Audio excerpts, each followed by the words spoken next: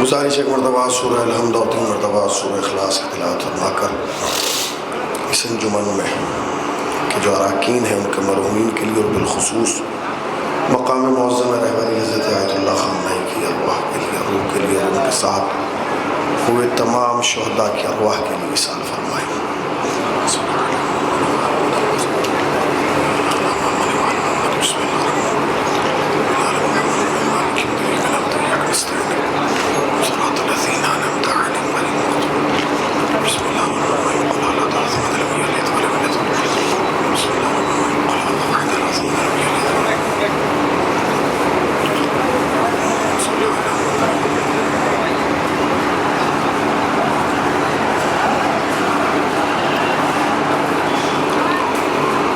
لا حول ولا قوة إلا بالله العلي العظيم أعوذ بالله من الشيطان اللعين الرجيم بسم الله الرحمن الرحيم الحمد لله الذي ذكره للشرف الذاكرين وشكره فوز للشاكرين وطاعته نجاة للمطيعين الصلاة والسلام على رسول الثقلين محبوب رب المشرقین ورب المغربین ولی الدارین امام القبلتین جد الحسن والحسین ابی القاسم محمد۔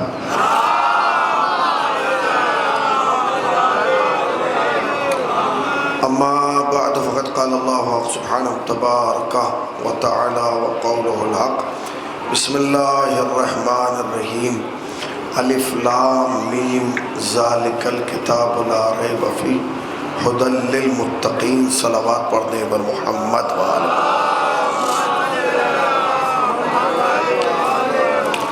صلوات اپنی تعداد کو دیکھ کر نہیں، اہل بیت کی شان کو دیکھ کر بآواز بلند صلوات پڑھیں۔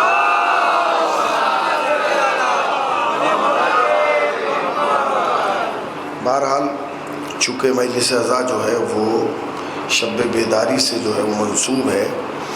بیداری کہتے ہیں جاگنے کو، یعنی رات بھر جاگنے کو شب بیداری کہا جاتا ہے، اور اگر آپ اس کے آغازی میں سو گئے تو پھر بیداری کیسے؟ لہٰذا اپنی بیداری کا ثبوت دیتے ہوئے ایک اور صلوات پڑھیں پر محمد۔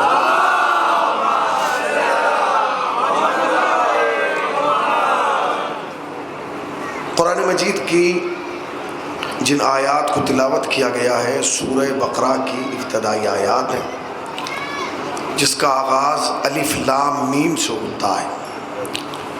الف لام میم جو ہے وہ حروف مقطعات قرآنی میں سے، حروف مقطعات قرآنی یعنی قرآن مجید میں پروردگار عالم نے کچھ کوڈ ورڈز رکھے ہیں جنہیں حروف مقطعات قرآنی کہا گیا ہے، جن کے معنی، مفاہیم اور ترجمے کو کوئی نہیں جانتا، کوئی نہیں جانتا۔ دنیا کا چاہے جتنا بڑا عالم ہو، قبلہ موجود ہیں، وہ یہ نہیں کہہ سکتا کہ میں یہ جانتا ہوں۔ یہی وجہ ہے کہ قرآن مجید کے جتنے بھی ترجمے ہوئے اور جتنی بھی تفاسیر لکھی گئیں، سب نے پورے قرآن کا ترجمہ کیا، تفسیر بیان کی، مگر جب الف لام میم کی بات آئی تو انہوں نے الف لام ہی لکھا۔ کیوں؟ ایک اور صلوات پڑھیں محمد۔ یہ والا کولر بند کریں، یہ کولر بند کریں، یہ والا جو چل رہا ہے اس کولر کو بند کرا دیں بھائی، انتظامیہ اس کولر کو بند کر دیں، بس متوجہ رہیے گا۔ اس کو بند کر دیں، یہ یہیں سے شاید آگے سے بند ہو جائے گا۔ ایک اور صلوات پڑھیں پر محمد والا۔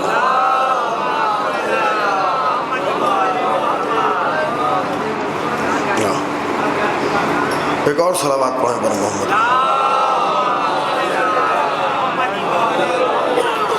آپ میری طرح متوجہ رہیے، یہ بند ہو جائے گا، کوئی بات نہیں، تو تھوڑا اور آواز سکون سے آپ تک پہنچے گی۔ کسی نے اس کا ترجمہ نہیں کیا، کیوں؟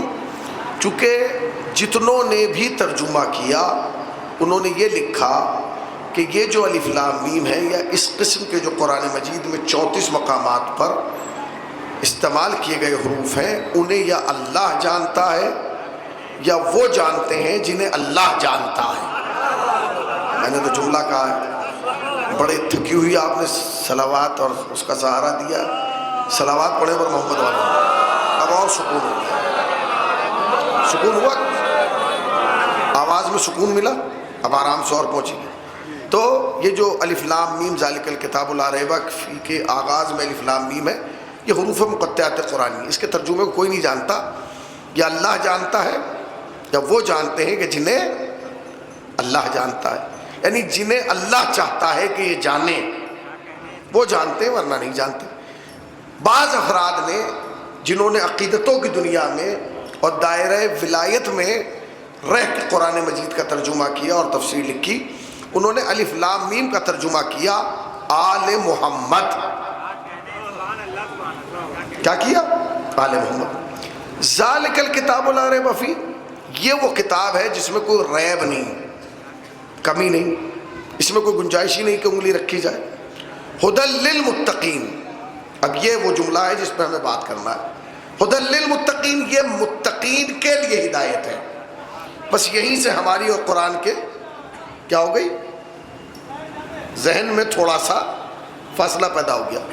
قرآن نے کہا ھدی للمتقین، متقین کے لیے ہدایت ہے، یہ جملہ ہمارے سماج کے خلاف ہے، اس لیے کہ ہم یہ سمجھتے ہیں کہ جو متقی ہو گیا اسے ہدایت کی ضرورت ہی نہیں ہے۔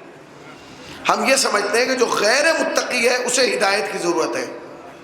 جو متقی ہو گیا، مثلا اگر کوئی آدمی 5 وقت نماز پابندی سے پڑھتا ہو تو آپ اسے زندگی بھر یہ کہنے کی طاقت نہیں رکھتے کہ نماز پڑھ لو۔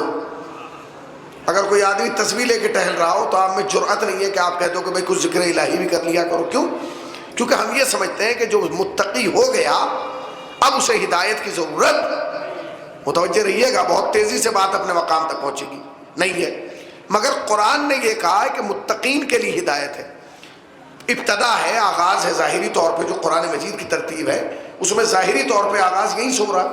قرآن کو کہنا یہ چاہیے تھا کہ یہ تارک الصلاۃ کے لیے ہدایت ہے، یہ تارک الصوم کے لیے ہدایت ہے، یہ ان لوگوں کے لیے ہدایت ہے جو نماز نہیں پڑھتے، روزہ نہیں رکھتے، استطاعت ہونے کے باوجود حج پہ نہیں جاتے، جو اچھے کام نہیں کرتے، ان کے لیے ہدایت ہے۔ مگر قرآن نے کہا نہیں، متقین کے لیے ہدایت ہے۔ اس کا مطلب سمجھے؟ اس کا مطلب یہ کہ متقین کو بھی ہدایت کی ضرورت ہے۔ اب ہم میں اور قرآن میں جو فاصلہ ہے ذہنی طور پر، وہ صرف سمجھنے کا فاصلہ ہے۔ ہم یہ چاہتے ہیں کہ بگڑا ہوا سدھر جائے، جملہ آ رہا ہے، ہم یہ چاہتے ہیں کہ بگڑا ہوا سدھر جائے، اور قرآن یہ چاہتا ہے کہ سدھرا ہوا نہ بگڑ جائے۔ میں نے کچھ کہا ہے بھائی؟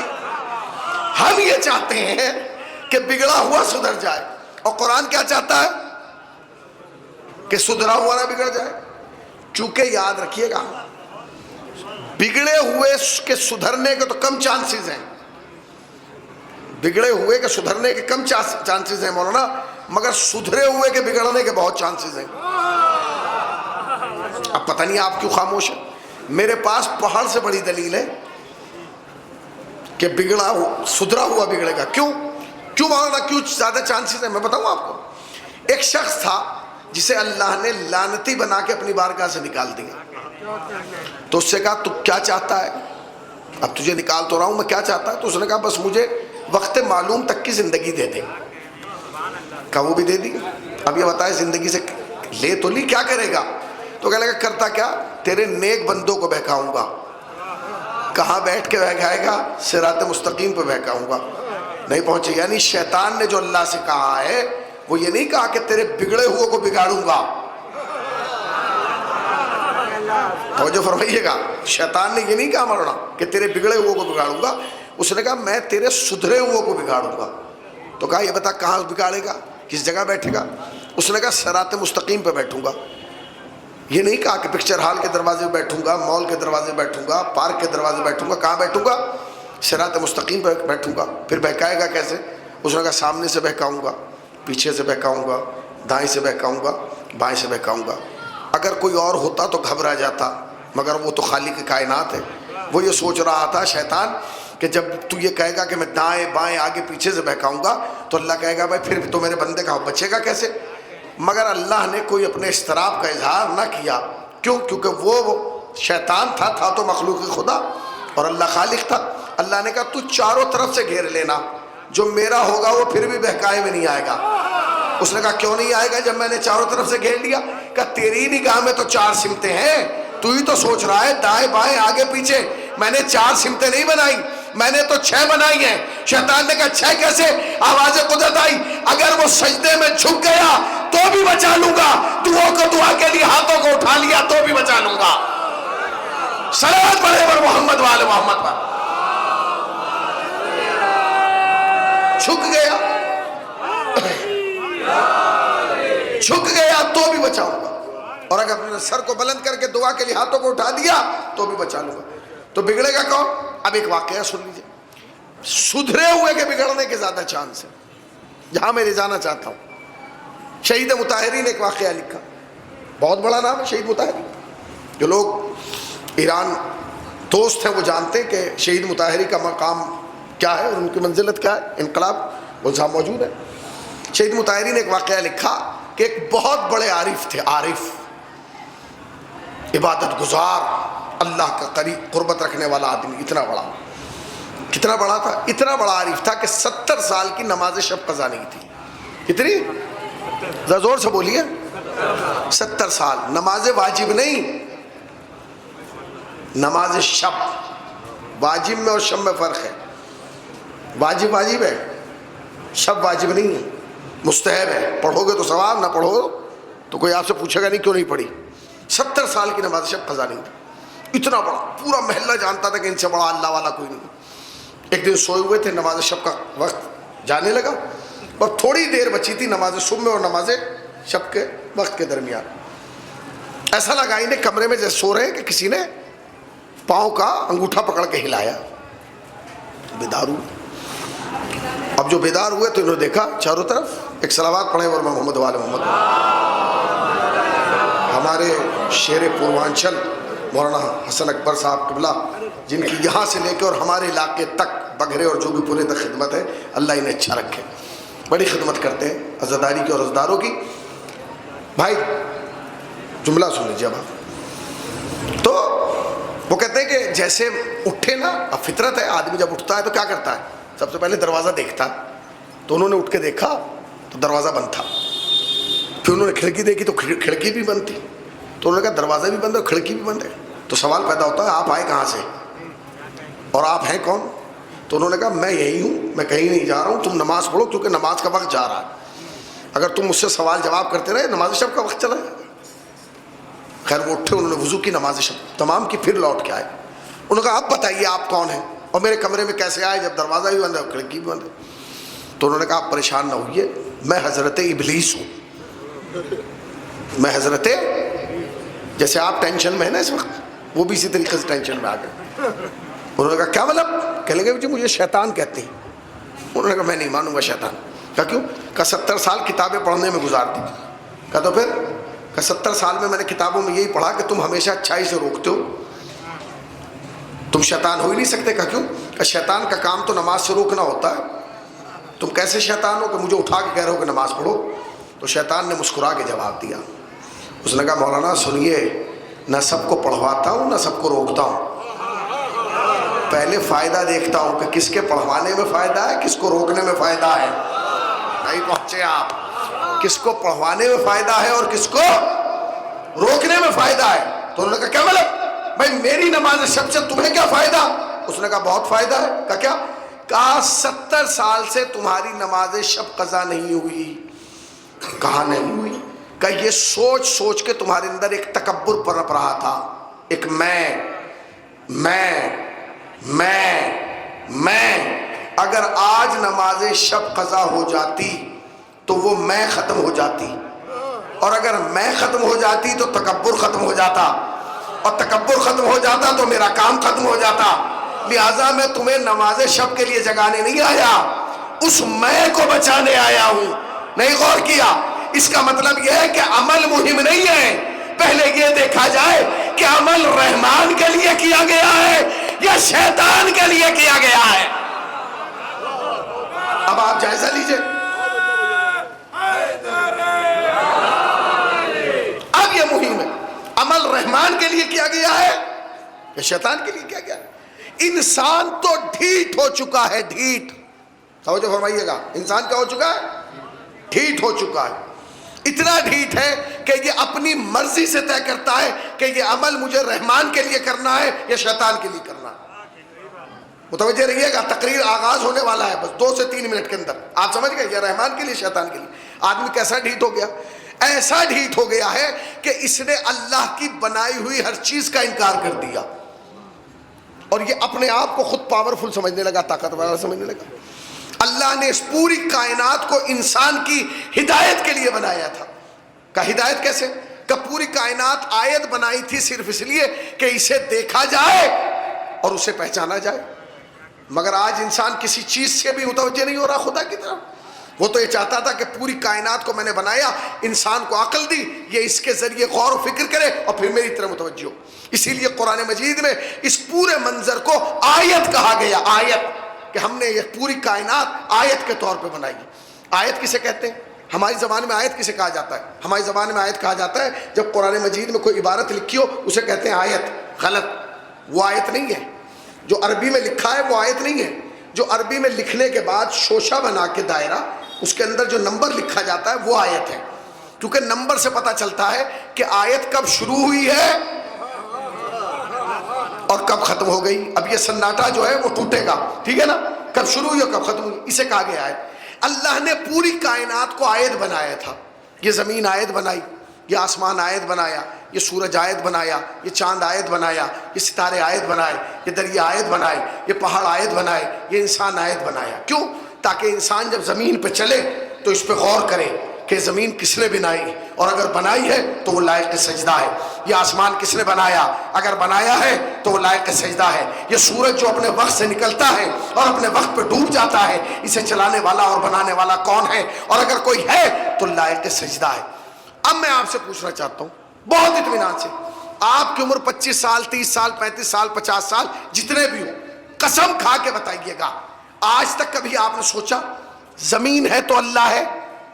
سوچا؟ بولیے بھائی، سوچا؟ بھائی سورج نکل رہا ہے تو اللہ ہے. آپ خود سوچئے اگر کسی دن پورے دن سورج نہ نکلے، کسے فون کریں گے آپ؟ لائٹ بھاگ جاتی ہے تو بجلی گھر فون ہو جاتا ہے، سڑک ٹوٹ جاتی ہے تو نگر پالیکا فون ہو جاتا ہے. اگر سورج نہ نکلے کون سا نمبر ہے جس پہ آپ فون کر کے کہیں گے بھائی آج سورج نہیں نکلا، نکالو؟ نکل سکتا ہے؟ میری طرح متوجہ، نکل سکتا ہے؟ نہیں نکلے گا نا. کیوں؟ کیونکہ انسان غور نہیں کر رہا. ہر چیز کو اللہ نے بنایا تھا آیت کہ اسے دیکھو اور مجھے پہچانو. مگر انسان نے کمال یہ کیا کہ جو کچھ اللہ نے آیت کے طور پہ بنایا تھا، ایک صلوات پڑھیں پر محمد والے، کیا ہو گیا؟ ہمیں اتنی غور سے تو لوگوں نے لٹکا ہوا صدام نہیں دیکھا تھا جتنی دقت سے آپ یہ لائٹ دیکھ رہے ہیں. ایک صلوات پڑھیں پر محمد والے محمد پر. روک دو اس کو، ایک ہی دفعہ دیکھ لیں اور پھر میری طرف متوجہ ہو جائے. ٹھیک ہے، یہ گیا ہے بچہ، گیا ہے کچھ کرنے گیا ہے. ہاں بس رکھ دو اسے، رکھ دو بس. تو یہ سب کیا بنایا تھا؟ آیت. اب آج ہوئے مولانا اتنا لمبا، میں جہاں لے جانا چاہتا ہوں ذرا غور کیجیے گا. یہ سب بنایا تھا اللہ نے آیت کہ اسے دیکھو اور اسے یاد کرو. ہم نے اس کی ٹکر پہ ایک لفظ اور بنایا ہے، عادت. اللہ نے بنایا تھا آیت، ہم نے بنایا عادت. کیا مطلب؟ ہم اس زمین پہ اتنی مرتبہ چلے کہ اب آیت نہیں رہی، عادت ہو گئی. ہم نے سورج اتنی مرتبہ نکلتے اور ڈوبتے دیکھا کہ اب آیت نہیں رہا، عادت ہو گیا. ہم نے چاند اتنی مرتبہ چلتا ہوا دیکھا کہ اب آیت نہیں رہا، عادت ہو گیا. ہم نے اتنے بہتے ہوئے دریا دیکھے کہ اب آیت نہیں رہا، عادت ہو گیا. اب آیت اور عادت میں فرق کیا ہے وہ سنیے. تمہید مکمل ہو گئی، اپنی طاقتوں کو جمع کرے اور آمادہ ہو جائے. آیت اور عادت میں فرق کیا ہے؟ اللہ نے بنایا تھا آیت اور ہم نے بنایا عادت. آیت اور عادت میں فرق یہ ہے کہ جو ایک بار ہو اور زندگی بھر یاد رہے وہ ہے آیت، اور جو روز ہو اور توجہ کا مرکز نہ بن سکے وہ ہے عادت، پورے مجمع کی توجہ. پہلا جملہ، آیت اور عادت کا فرق یہ ہے کہ مچھر کا پیدا ہونا عادت ہے، مگر اگر کسی بادشاہ کی موت بن جائے تو آیت ہے. اللہ اکبر، اللہ اکبر. مچھر کا پیدا ہونا عادت ہے، مگر اگر کسی بادشاہ کی موت بن جائے تو آیت ہے. دوسرا جملہ، ٹڈی ٹھٹھیوں کا پیدا ہونا عادت ہے، مگر اگر قوم کے لیے عذاب بن جائے تو آیت ہے۔ آپ اس لیے خاموش ہیں کیونکہ آپ کے سامنے تاریخ نہیں ہے، تاریخ جانتے تو بولتے۔ ٹھٹھیوں کا پیدا ہونا عادت ہے، مگر اگر بادشاہ کے لیے موت بن جائے تو آیت ہے۔ اب تیسرا جملہ سنیے گا، ابابیل کا پیدا ہونا عادت ہے، مگر اگر ہاتھیوں کی موت بن جائے تو کیا ہے؟ بولیے نا بھائی، گھبرا کیوں رہے؟ اب تو میں نے مہلی شروع کی ہے۔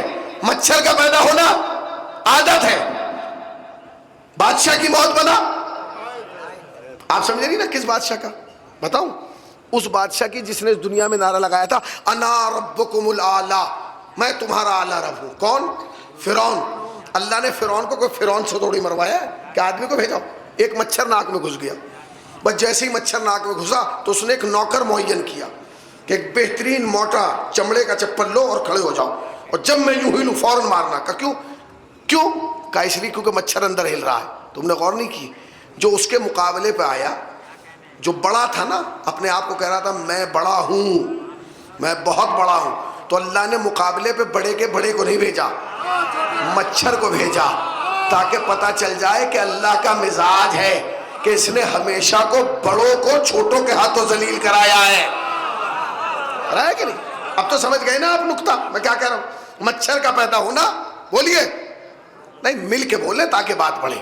مچھر کا پیدا ہونا عادت ہے، بادشاہ کی موت بنے تو آیت ہے۔ ٹڈیوں کا پیدا ہونا، کاش نہج البلاغہ پڑھی ہوتی، عادت ہے۔ قوم کے لیے عذاب بنے، آیت ہے۔ ابابیل کا پیدا ہونا عادت ہے، عادت ہے، اور اگر ہاتھیوں کی موت بنے، اب جملہ کہوں، سورج کا آج ڈوب کر کل نکلنا عادت ہے، اور اگر کسی کے اشارے پر پلٹ آئے، ارے بھائی غور ہی نہیں کیا، بولیے بھائی، سورج کا آج ڈوب کے کل نکلنا عادت ہے، اور اگر کسی کے اشارے پہ آ جائے، بولے نا عادت ہے، تو سنو، آسمان سے بارش کا آنا عادت ہے، اور اگر ذوالفقار آ جائے تو آیت ہے۔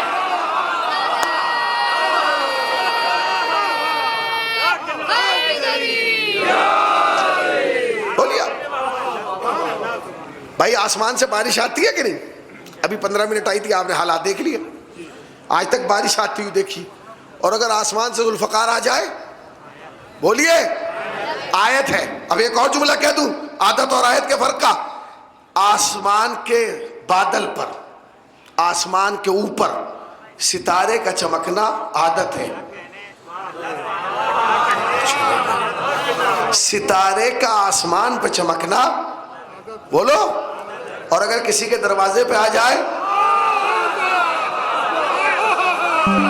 نہیں پہنچے بھائی، اگر کسی کے دروازے پہ آ جائے، بولیے نا بھائی، آسمان پہ ستارے کا چمکنا، بولیے عادت ہے، اور اگر کسی کے دروازے پہ آ جائے تو جملہ کہوں، گھر میں دروازے سے آنا عادت ہے، اور اگر دیوار میں در بن جائے تو آیت ہے۔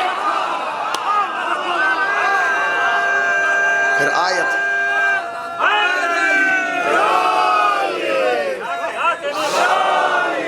آیت ہے، گھر میں دروازے سے آنا، گھر میں دروازے سے آتے، اور اگر کسی کے لیے دیوار میں در بن جائے تو آیت ہے۔ پھر دو جملے اور سن لیجئے، سر کٹنے کے بعد خاموش ہو جانا عادت ہے، اور اگر کوئی نوک سنا پہ بول اٹھے، آیت ہے۔ بہتے دریا پہ قدم رکھ کے ڈوب جانا عادت ہے، اور اگر کوئی پردے سے آ کے مسلح بچھا دے، اور کہہ دو جملہ، ہاتھ کٹ جانے کے بعد علم کا جھک جانا عادت ہے، اور اگر قیامت تک کے لیے بلند ہو جائے تو آیت ہے۔ صلوات پڑھے بر محمد وآل محمد پاک۔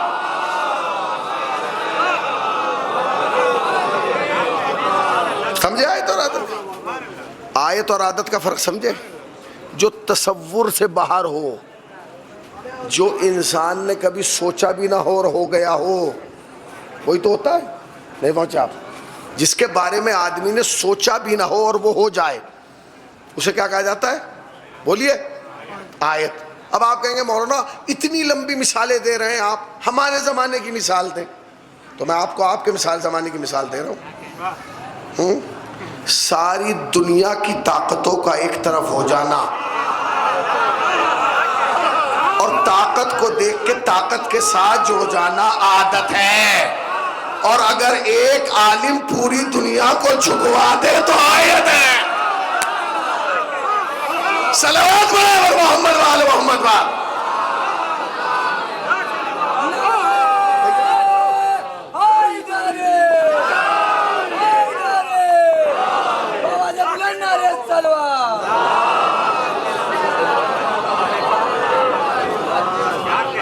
یہ زندہ ہے خدا کے ساتھ، یاد رکھیے گا۔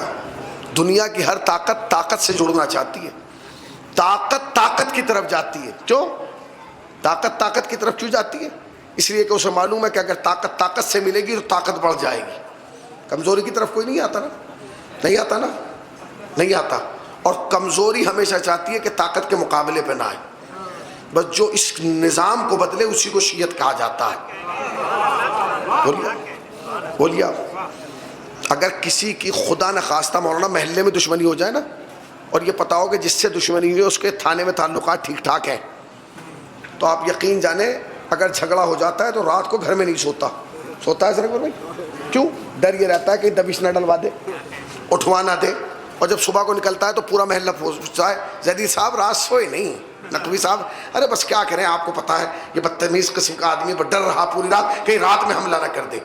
اوہو، محلے میں تھانے دار سے تعلقات ہو تو آدمی سو نہیں پاتا۔ دنیا کی سب سے بڑی طاقت سے لڑ رہا تھا یہ سید۔ نہیں ایسے نہیں، جہاں تک مجھے لانا تھا میں لے آیا۔ دنیا کی سب سے بڑی طاقت سے لڑا سید یہ، مگر کبھی کسی میڈیا والے نے دیکھا کہ چہرہ اترا ہوا ہو، ایسا لگا ہو کہ رات بھر نہ سوئے ہو؟ لگا نہیں۔ جب ایک پریس رپورٹر نے سوال کیا کہ آقا آپ دنیا کی سب سے بڑی طاقت سے لڑ رہے ہیں، کیا آپ کو رات کو نیند آ جاتی ہے؟ تو کہنے لگے جس وقت پہلے سوتا تھا اسی وقت اب سوتا ہوں، اور جس وقت پہلے جاگتا تھا اسی وقت اب جاگتا ہوں۔ اس نے کہا اتنی بڑی طاقت کے مقابلے پہ بھی آ کے حملے ہو رہے ہیں، جنگ ہو رہی ہے، اس کے بعد بھی آخر اس اطمینان سے سونے کی وجہ کیا ہے؟ یہ جو آپ سو رہے ہیں اس اطمینان سے، اس کی وجہ کیا ہے؟ تو اس سید شہید نے یہ نہیں کہا کہ ہمارے پاس یہ ہے یہ ہے یہ ہے۔ خدا کی قسم کیا جواب دیا! اگر کاش میں تمہارے تک یہ جواب پہنچا گیا میں سمجھوں گا مجلس پہنچ گئی۔ اس سید نے یہ نہیں کہا کہ ہمارے پاس ڈرون ہیں، ہمارے پاس میزائلیں ہیں، نہیں، ایک جواب دیا کہ ہمارے اطمینان کی وجہ کیا ہے۔ جواب جانتے کیا دیا؟ مولوی صاحب پوری توجہ۔ اس سید نے کہا ہم اس لیے سکون سے سوتے کیونکہ ہماری زمین پہ ایک علی سویا ہے۔ نہیں پہنچے بھائی، نہیں پہنچے۔ آپ کی سمجھ میں نہیں آیا جو آپ خاموش ہیں؟ آپ کی سمجھ میں نہیں آیا؟ اس سید شہید نے کیا کہا؟ ہماری زمین پر بولیے ایک علی سویا ہے۔ اگر کوئی اور ہوتا تو کہتا ہماری زمین پر ایک علی ہے، مگر اس سید نے یہ نہیں کہا۔ اس سید نے کہا ہماری زمین پر ایک علی سویا ہے، تاکہ دنیا کو پتا چل جائے جب سوئے ہوئے علی کی اتنی ہیبت ہے تو جو پردے میں جاگ رہا ہے۔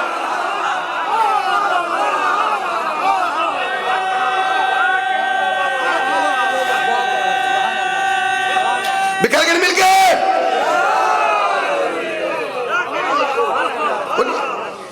جب سوئے ہوئے علی کی اتنی ہیبت، بتائیے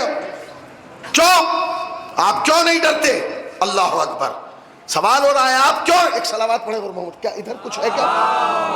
آپ آتے پورا مجمع آپ کے ساتھ چلا جاتا ہوں، پھر میں آپ کو ادھر لاتا ہوں تو پھر پورا مجمع ادھر آتا ہے۔ ایک صلوات پڑھے اور محمد والے محمد۔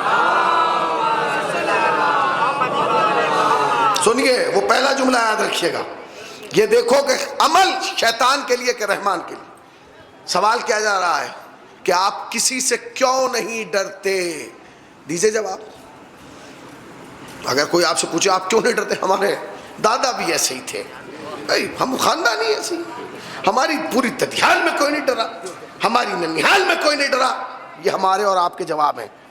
مگر جب اس سید سے پوچھا گیا نا، جس کی تصویریں لگائی ہیں، جس کی یاد میں چفیے بانٹے جا رہے ہیں گلے کے، تو اس سید نے یہ نہیں کہا کہ ہم یوں نہیں ڈرتے، انہوں نے عجیب جواب دیا، انہوں نے کہا سنو ہم اللہ سے ڈرتے ہیں، اور ہمیں یہ پتا ہے کہ جو اللہ سے ڈرتا ہے پھر دنیا اس سے ڈرتی ہے، اسے کسی سے ڈر نہیں لگتا۔ اس جملے کی گہرائی کو سمجھیں، ہم اللہ سے ڈرتے ہیں، اور جو اللہ سے ڈرتا ہے، آپ جھک کیوں نہیں جاتے؟ نہیں جھکیں گے، کیوں؟ اس لیے کہ جو اللہ کے سامنے جھک جاتا ہے پھر وہ کسی اور کے سامنے نہیں جھکتا۔ اب میں ایک جملہ کہوں، اگر آپ بیدار ہیں، جھک تو اور بھی ملکوں کے لوگ رہے ہیں، نہیں پہنچے آپ، جھک تو اور ملکوں کے بھی لوگ رہے ہیں، نمازیں تو اور ملکوں کے بھی لوگ ہیں، مگر کیا کریں، ایک سجدہ وہاں کرتے ہیں، دوسرا سجدہ یہاں کرتے ہیں، ایک دفعہ وہاں جھکتے ہیں، سمجھے نہیں آپ؟ اب میں کھل کے کہوں بھائی، ایک سجدہ کعبے کی طرف، دوسرا سجدہ وائٹ ہاؤس کی طرف۔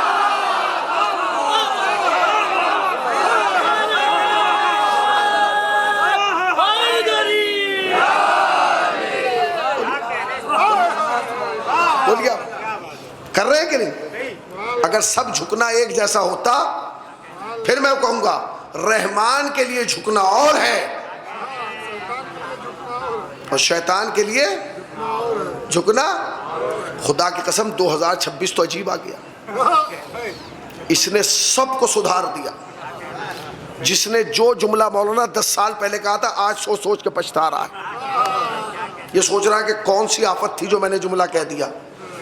جانتے ہیں اس سید شہید کی جب سے صدر رئیس یعنی تہران کے امام جمعہ بنے تھے، اس وقت سے لے کے اور شہادت تک آخری تقریر تک ریکارڈ ہے۔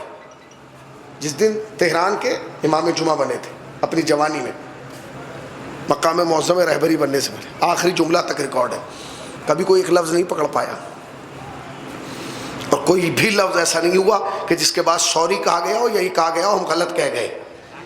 نہیں پہنچے آپ، کیوں؟ اس لیے کیونکہ یہ کہہ کے تولنے والے نہیں تھے، تول کے کہنے والے تھے۔ یہ وہ تھے جو پہلے سوچتے تھے بعد میں بولتے تھے، اور وہ ہیں جو پہلے بول دیتے ہیں۔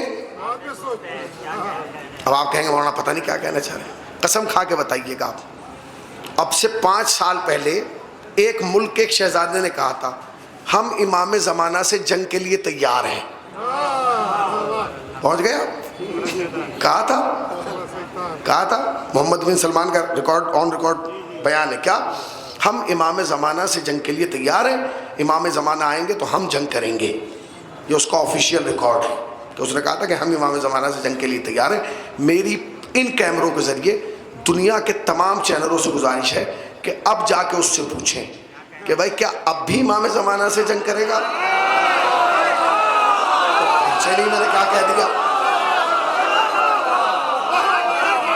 پیچھے والوں کی بات سمجھ میں نہیں آئی؟ بولیے بھائی، اتنا تو ہمارا حق ہے کہ اب جا کے سوال کریں کہ بھائی آپ نے کہا تھا کہ میں امام زمانہ سے جنگ کے لیے تیار ہوں، کیا آپ امام زمانہ سے جنگ کے لیے تیار ہیں؟ فوراً جواب دے گا بالکل نہیں۔ کہ کیوں؟ کہ جب غلام ایسے امام کیسا ہوگا؟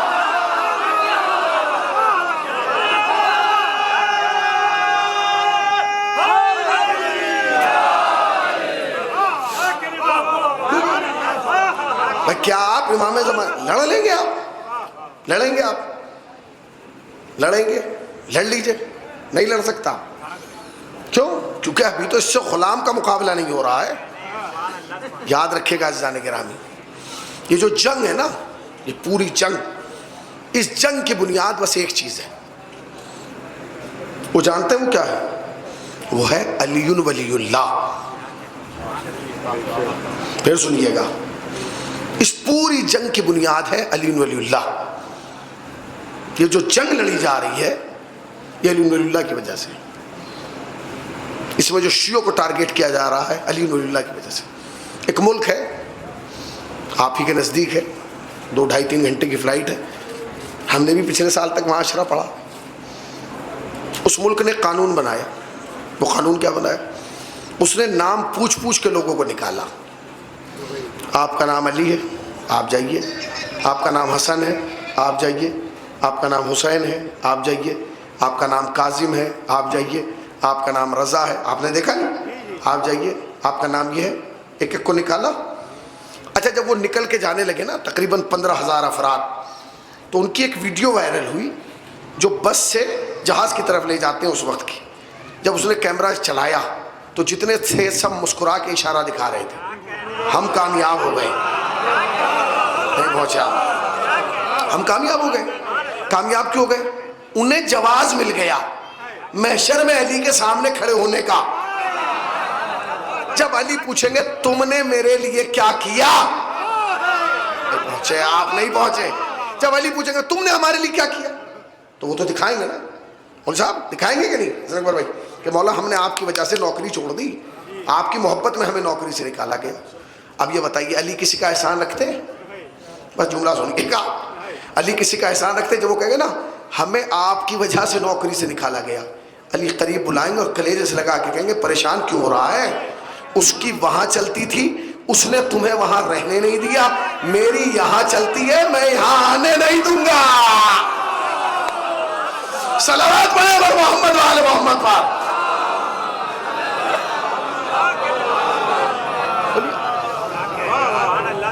نسبت کی وجہ سے، تشیع نسبت کی وجہ سے پہچانا جاتا ہے، اس کے علاوہ کوئی اور وجہ نہیں ہے. آج پوری دنیا آپ کو کس وجہ سے پہچانتی ہے؟ آپ لڑنے گئے وہاں؟ بولیے. وہ جو ایران میں لڑ رہے ہیں یا ایران کی طرف سے لڑ رہے ہیں، آپ کی ان کی کوئی رشتہ داری ہے؟ کوئی سسرال ننیھال ددھیال کچھ ہے؟ نہیں، مگر ایک رشتہ ہے. وہ کیا ہے؟ وہ کیا ہے؟ تیرا میرا رشتہ کیا؟ علی ولی اللہ. لا الہ الا اللہ تو امت اسلام سے، مگر جو ایران میں ہیں ان سے ہمارا کیا رشتہ ہے؟ علی ولی اللہ کا. لہٰذا لڑ وہ رہے ہیں، داد ہمیں مل رہی ہے. لڑ وہ رہے ہیں، کہا آپ کو جا رہا ہے. میاں آپ نے دکھا دیا آپ جھکتے نہیں، آپ ڈرتے نہیں. اچھا کچھ ہمارے یہاں اتنے بڑھ گئے وہ بیچارے اپنی طرف سے، بھائی بس یہ سمجھیے کہ ہم تو 56 بہنوں کے بھائی ہیں. آپ کو کس نے حق دیا کہ آپ انہیں بہن بنائیں اور آپ اپنے کو بھائی؟ اگر بہن ہوں گے تو پھر رسماً آپ کو تحفے میں چوڑیاں بھیجنا پڑیں گی عید بقرعید میں. بھائی اگر آپ نے کسی کو بہن بنا لیا تو ہمارے یہاں تو یہ ہوتا ہے جب عید آتی ہے تو بھائیوں کی طرف سے بہنوں کے لیے چوڑیاں بھیجی جاتی ہیں. بھیجی جاتی نہیں؟ یہاں بھی بھیجی جاتی ہوں گی. آپ یہ بھی نہیں کر سکتے چونکہ پرابلم ہے، چوڑی پہننے کے لیے بھی شرط ہے کہ عورت ہو.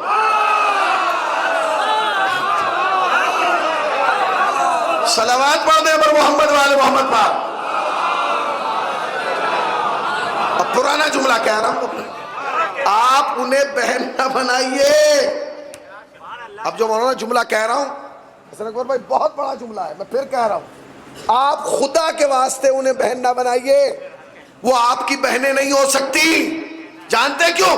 اس لیے کہ جس قوم میں تم پیدا ہوئے ہو اس میں بہن بھی زینب جیسی ہوتی ہے جو یزیدیت کو للکارتی ہے. صلوات پڑھیں محمد وآل محمد پر.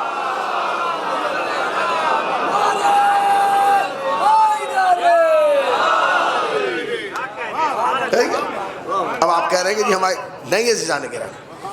یہ وقت ہے، یہ گولڈن چانس ہے، یہ بہترین زمانہ ہے تشیع کے لیے. میں نے اس روز بھی عرض کیا، آج بھی عرض کر رہا ہوں، یہ بہترین زمانہ ہے اپنی شخصیت کو نکھارنے کا. دنیا کو اپنی شخصیت سے متاثر کرو. جانتے ہیں آپ، میں نے اس دن بھی کہا تھا، آج بھی کہہ رہا ہوں، اپنے عزاخانوں کے باہر فرش میں اضافہ کر دو. کچھ لوگ آنا چاہتے ہیں جنہیں اب تک آنے نہیں دیا گیا. بہت سارے لوگ تھے نا جنہیں اب تک نہیں آنے دیا. ارے مت جانا، کیا ہوتا ہے اور ہم بتائیں گے اور یہ ہوتا ہے اور وہ ہوتا ہے. اب سب آنا چاہتے ہیں، اور آنا نہیں چاہتے، تمہارے ساتھ بیٹھنا چاہتے ہیں، تمہیں سمجھنا چاہتے ہیں، تمہاری سبیل پہ آ کے پانی پینا چاہتے ہیں. اب تک تو انہیں یہ کہہ کے دیا روکا گیا کہ ان کے ہاں کا پانی نہ دے پینا، یہ تھوک کے دیتے ہیں. مگر اب وہ آ کے پینا چاہتے ہیں کہ آخر یہ اپنے بچوں کو ایسا کیا کھلا پلا رہے ہیں کہ ان کے بچے میدان چھوڑ کے نہیں بھاگتے. صلوات پڑھے محمد وآل محمد. بہترین وقت ہے تشیع کا، افتخار کا وقت ہے آپ کے لیے اور میرے لیے. گولڈن چانس ہے یہ. ہم لوگوں کو شیعت کی طرف متوجہ کر سکتے ہیں، لوگوں کو بلا سکتے ہیں، لوگوں کو سمجھا سکتے ہیں. لوگوں کو بلائیے، سمجھائیے، اپنے قریب بٹھائیے، بتائیے کہ تشیع ہے کیا. سمجھ گئے؟ یہ کالا لباس نہیں ہے، یہ احرام عزا ہے جو لوگوں کو آپ کی طرف متوجہ کر رہا ہے. یہ احسان ہے امام حسین علیہ السلام کا. اب جملہ کہہ رہا ہوں، یہ احسان ہے امام حسین علیہ السلام کا کہ اتنا تو لوگ سفید پہن کے نہیں چمکتے جتنا تم کالا پہن کے چمکتے ہو. اتنا تو لوگ سفید کی طرف متوجہ نہیں ہوتے جتنا لوگ تمہارے کالے کی طرف متوجہ ہوتے ہیں. احسان ہے حسین ابن علی کا کہ امام حسین علیہ السلام نے پوری دنیا کو تمہاری طرح متوجہ کر دی. یاد رکھیے گا جانے کے نام. شیعت ذمہ داری کا نام ہے، عزاداری ذمہ داری کا نام ہے.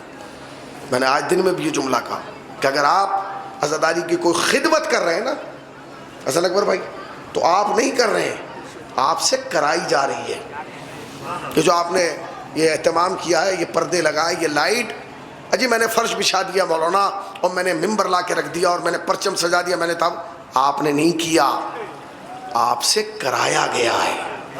یاد رکھنا، ان کے دروازے پہ ہر کو تو آنے کی بھی اجازت نہیں ہے.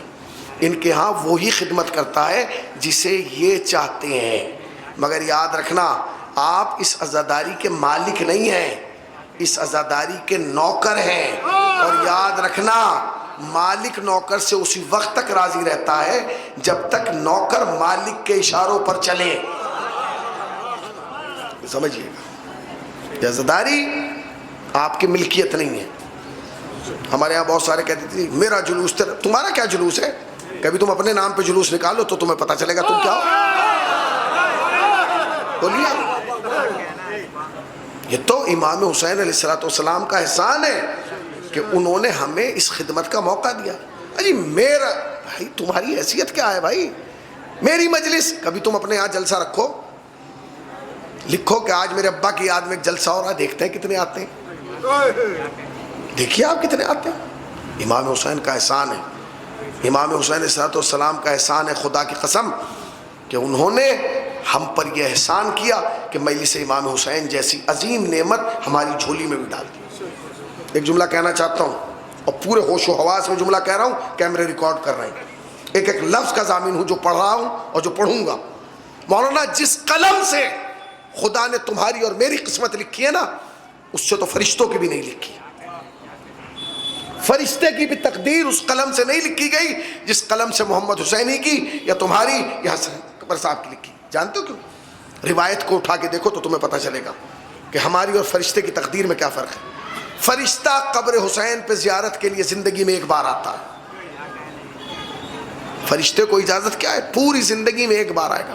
اور فرشتوں کے ہاں موت نہیں ہے، جو ایک بار آ گیا وہ پھر زندگی میں دوبارہ نہیں آ پائے گا. یہ ہے فرشتے کی حیثیت. اور اللہ نے تمہاری تقدیر کو کیسا بنایا؟ تم جب چاہے قبر حسین کی زیارت کے لیے جا سکتے. اللہ اکبر. رجب میں جاؤ، شعبان میں جاؤ، بقرعید میں جاؤ، عرفے میں جاؤ، محرم میں جاؤ. کیوں؟ تاکہ تمہیں احساس ہو. صرف یہ مولانا ہم وہاں چلے گئے نہیں. خدا کی قسم جہاں تم بیٹھے ہو اس فرش عزا کے لیے بھی یہ روایت ہے کہ جب فرش سے عزا سے فرشتے اٹھ کے عرش پہ جاتے تو اور فرشتے پوچھتے کہاں سے آ رہے ہو؟ تمہارے بدن سے ایسی خوشبو آ رہی ہے تمہارے پروں سے کہ جو ہم نے آج سے پہلے نہیں سنی. تو کہتے ہیں زمین پہ مجلس حسین ہو رہی ہے، ختم ہو گئی. پھر بھی وہ فرشتے آتے ہیں اور اس فرش عزا پہ اپنے پروں کو ملتے. سمجھو، احسان مانا کرو. اگر امام حسین علیہ السلام اپنی عزا میں کسی سے کام لے رہے ہیں نا تو وہ جا کے 2 رکعت نماز شکرانہ پڑھے. مولا مجھے آپ نے شرف دیا کہ میں نے سبیل لگا لی. مولا میں نے پانی پلا دیا. مولا ہم نے اپنی آنکھوں سے دیکھا، میں نے اپنی آنکھوں سے ایران میں کہ جب جلوس نکل جاتا تھا بڑے بڑے علماء بعد میں آ کے، آپ تو جلوس لے کے چلے گئے، بعد میں آ کے وہ جھاڑو سے اس راستے کو صاف کرتے تھے، وہ جمع کر کے رکھتے تھے. تب اس کو کوڑے کو ایک جگہ جمع کرتے. کیوں؟ کہتے تھے اس سے بڑی خدمت کیا. زائرین کے پھینکے ہوئے گلاس جمع کرنا، وہ کہتے ہیں اس سے بڑی خدمت کیا ہے؟ آپ جائیے کربلا 40 پہ کیسے کیسے لوگ خدمت، کیوں؟ ہمیں تو پتہ ہی نہیں چلا کہ اس خدمت کی جزا کیا ہے۔ آپ 40 پہ جائیں گے تب پتہ چلے گا تمہاری اور میری قسمت کس قلم سے لکھی گئی۔ علماء آپ کے پاؤں دباتے ہیں، کیوں؟ تم زائر حسین ہو، تم عزادار حسین ہو۔ اس شرف کو سمجھو، اس شرف کو سمجھو۔ جوانو، اللہ تمہاری اس عبادت کو قبول کرے، اس مجلس کو قبول کرے، اس پرسے کو قبول کرے۔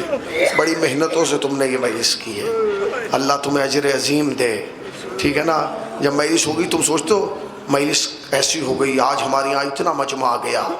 جب مجمع بڑھتا ہے تو کرنے والے کا دل بڑھ جاتا ہے، بڑھتا ہے کہ نہیں؟ بولیا خوش ہو جاتا ہے۔ ان کے رنوں میں پروگرام ہوتا ہے، یہ خوش ہوتے ہیں ہمارے یہاں اتنا بڑا مجمع آیا ہے۔ جانتے ہو دنیا میں جو بھی عزادار ہے جب مجلس کا مجمع بڑھتا ہے تو وہ خوش ہوتا ہے، مگر اس بڑھتے ہوئے مجمع کو دیکھ کے ایک بچی رو رو کے کہتی ہے اماں کاش یہ سب کربلا میں ہوتا،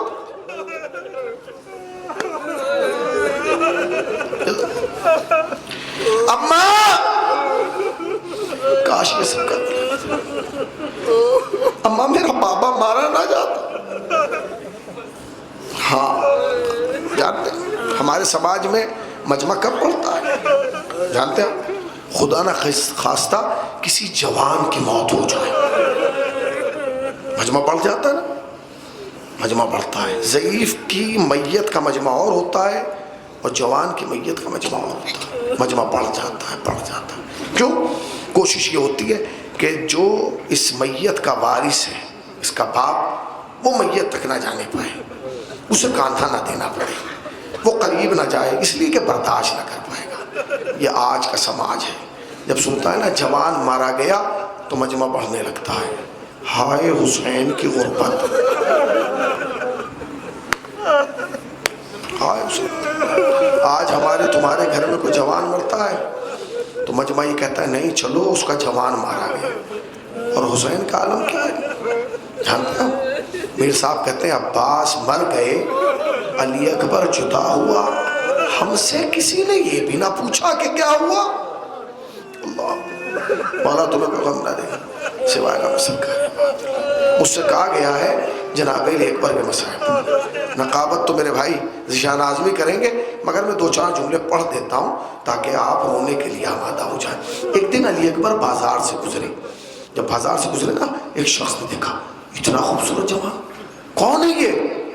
تو کہا یہ نبی کے نواسے کا بیٹا علی اکبر ہے۔ آیا امام حسین کی خدمت میں، بیٹھ گیا، کہتا مولا اللہ نے مجھے بیٹے دیے مگر یہ خواہش ہے کہ ان میں ایک بھی بیٹا آپ کے اکبر جیسا نہیں، آپ دعا کر دیں، آپ فرزند رسول ہیں کہ خدا مجھے بھی ایک بیٹا دے جو آپ کے اکبر جیسا ہو۔ حسین نے کہا بیٹھ جا، بیٹھ گئے، ہاتھوں کو اٹھا کر پروردگار اسے ایک بیٹا اور عطا فرما۔ اس نے کہا نہیں مولا پوری دعا کیجئے آپ کے اکبر جیسا۔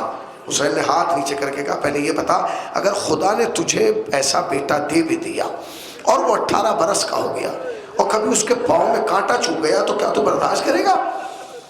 اس نے فوراً کہا مولا نہیں، میں اپنی آنکھ میں کانٹا برداشت کر سکتا ہوں، اکبر جیسے بیٹے کے پاؤں میں۔ حسین نے کہا بس یہی میری غربت ہے، جب یہ 18 برس کا ہوگا نا مدینہ نہ ہوگا، کربلا کا میدان ہوگا، اس کا سینہ ہوگا، ظالم کی سینہ ہوگی اور حسین وہ سینہ کھینچ رہا ہوگا۔ مولا آپ کو کوئی غم نہ دے سوائے غم سرکار عبداللہ کے۔ سنیں گے وہ منظر ہو گیا، علی اکبر میرے لال جملہ سنیے گا، حسین کی غربت کا احساس کیجئے۔ کبھی کبھی جملے پڑھ دیے جاتے اس پر غور نہیں کیا جاتا۔ حسین کی غربت کا اندازہ جانتے ہیں؟ پہلا شہید ہے علی اکبر جس پر حسین نے خدا کو گواہ بنایا، پروردگار گواہ رہنا اب وہ جا رہا ہے۔ اللہ اکبر۔ اب جب جانے لگے اب حسین کے ایک جملہ کہا جو باپ کی حیثیت سے کہا، اکبر مڑ مڑ کے دیکھتے رہنا۔ بابا کیوں؟ میں جواب دیا کاش تم جوان بیٹے کے باپ ہوتے، تمہیں پتہ چل جاتا۔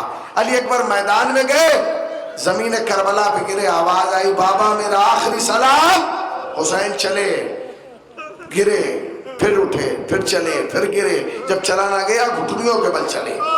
علی اکبر کے لاشے کے قریب پہنچے، حسین نے اکبر کا زخم دیکھا نہیں، ٹٹولا، اب جو ہاتھ رکھا کہتے بابا ہاتھ ہٹا لیجئے، ظالم میرے سینے میں کہہ کے سینہ چھوڑ گیا، میں نے سنا ہے حسین بہت بڑا صابر ہے، میں سننا تھا حسین نے نجف کا رک کر کے کہا بابا آج میرے جوان بیٹے کے ذریعے میرے صبر کا امتحان ہو رہا ہے۔ یہ کہہ کے حسین نے ایک ہاتھ علی اکبر کے سینے پر رکھا، دوسرے سے برچی پکڑی، کھینچنا چاہتے تھے، برچی چھوڑ دی۔ علی اکبر نے کہا بابا برچی کیوں نہیں کھینچی؟ کہتے میرے لال جب میں کھینچتا ہوں تو کانپنے لگتا ہے۔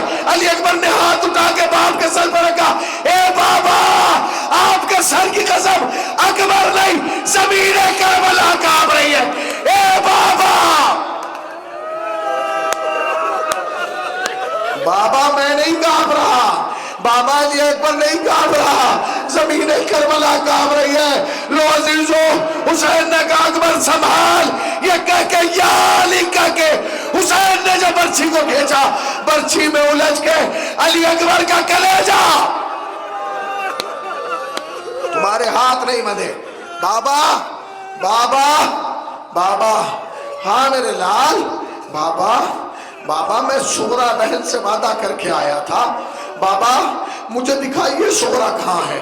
حسین نے انگلیاں بلند کی، ساری زمینیں پست ہوئی، زمین کربلا بلند ہوئی، ادھر زمین مدینہ بلند ہوئی۔ حسین نے کہا اکبر دیکھو بابا دادی کی حویلی میں سغرا نہیں، میرے لال نانا کے روزے پہ دیکھو، بابا نانا کے روزے پر بھی نہیں، میرے لال بازار میں دیکھ، بابا بازار میں بھی نہیں، میرے لال مسجد نبوی میں دیکھ، بابا وہاں بھی نہیں، میرے لال شہر کے باہر دیکھ، وہاں بھی نہیں، میرے لال وہاں دیکھ جہاں سے تو نے آخری پاؤں اٹھایا تھا، بابا ہاں وہاں کوئی نظر آ رہا ہے۔ میرے لال قریب سے دیکھ، کہتے بابا پر سغرا نہیں، کوئی ضعیفہ بیٹھی ہے جس کے ہاتھوں میں عصا ہے اور کمر جھکی ہوئی ہے۔ حسین نے کہا میرے لال دقت سے دیکھ، اب جو اکبر نے دیکھا آواز دی بابا ہاتھ ہٹا لیجئے، کہا کیوں؟ کہا یہ کوئی ضعیفہ نہیں، میری سغرا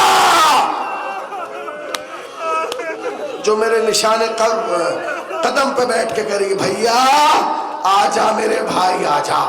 بھائی ایک جملہ سنیے، حسین نے علی اکبر کے لاشوں کو اٹھایا، اللہ جانے کیسے اٹھایا ہوگا، مگر ہاں سنیے جملہ سنیے، ہاں علی اکبر کا لاشا کیسے اٹھایا ہوگا مجھے نہیں پتا، مگر جب حسین علی اکبر کا لاشا اٹھانا چاہتے تھے نا، خیمے سے زینب کی آواز آئی بھیا سے نہ اٹھے گا، لاشا ہے برابر کا، میں پالنے والی ہوں، گودی میں اٹھا دوں گی، اے بھیا اکبر آپ سے نہیں اٹھے گا، میں نے پالا ہے، میں اپنی آغوش۔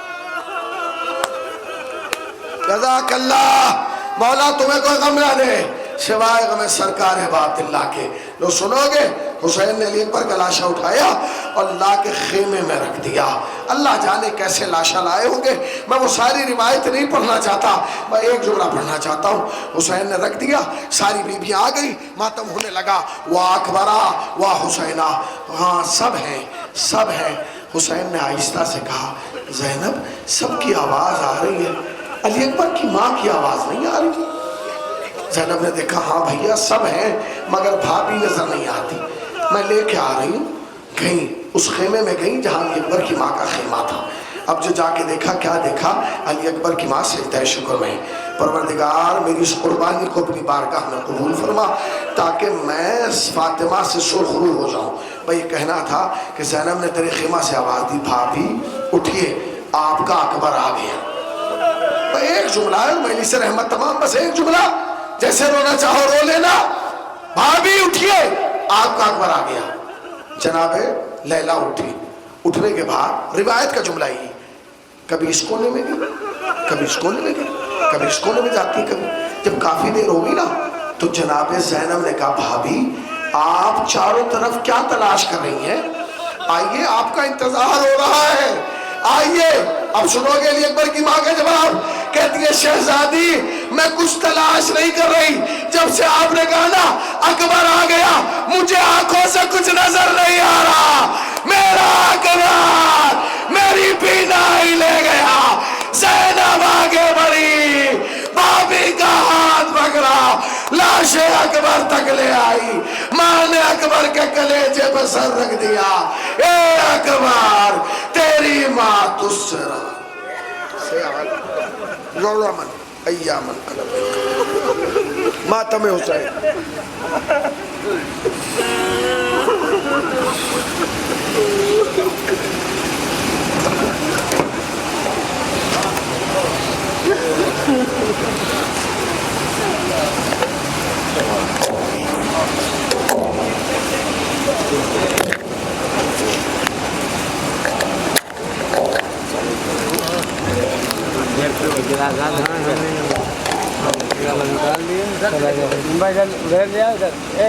یہ تھے جناب محمد حسین حسینی صاحب جو مجلس و خطاب فرما رہے تھے، ذکر و فضائل و مصائب بیان کر رہے تھے. جیسا کہ میں نے اعلان کیا تھا کہ مجلس کے فوراً بعد نقابت کے فرائض انجام دیں گے جناب ذیشان اعظمی صاحب.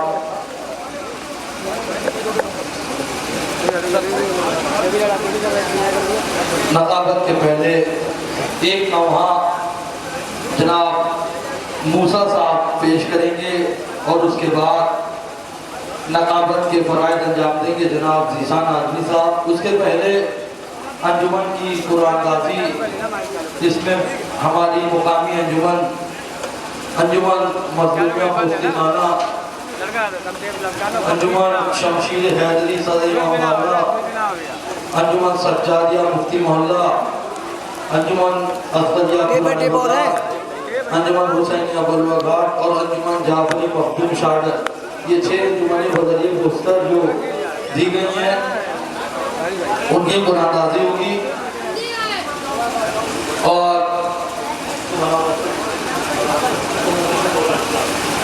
اس کے پہلے میں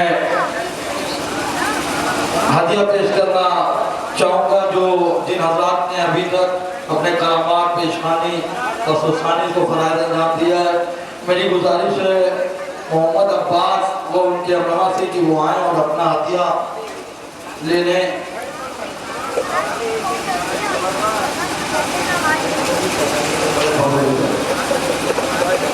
اللہم صلی علی محمد وآل محمد.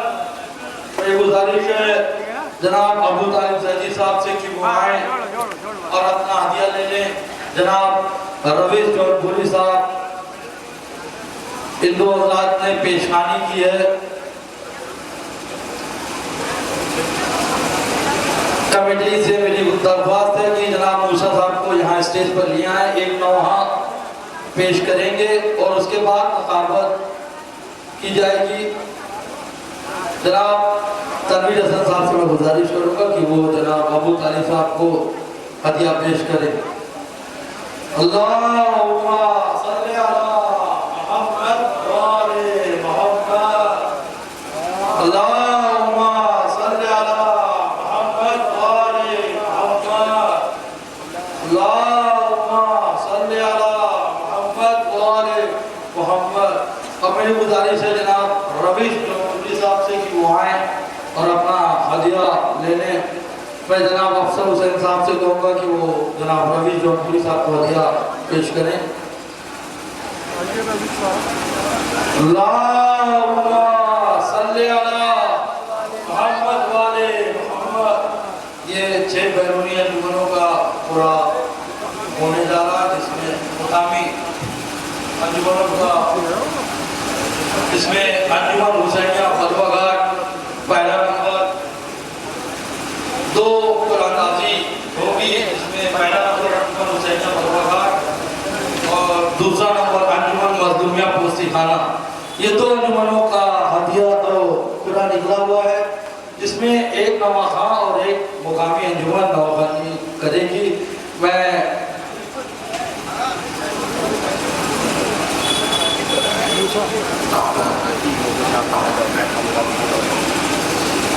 نقابت کے لیے جناب ذیشان اعظمی صاحب اور مسائل بنوائے کے لیے جناب عابد سلطان پوری صاحب تشریف لا چکے ہیں اور موسیٰ صاحب بھی ساتھ میں نوحہ پڑھیں گے. آپ تمامی حضرات جو بھی ہماری نظر پڑ رہی کہ وہاں کھڑے ہوئے ہیں، ان سے میری گزارش ہے کہ وہ اور اندر آ جائیں، کافی جگہ ہے، آپ حضرات اندر چلے آئیں، نقابت ہونے جا رہی ہے، بآواز بلند صلوات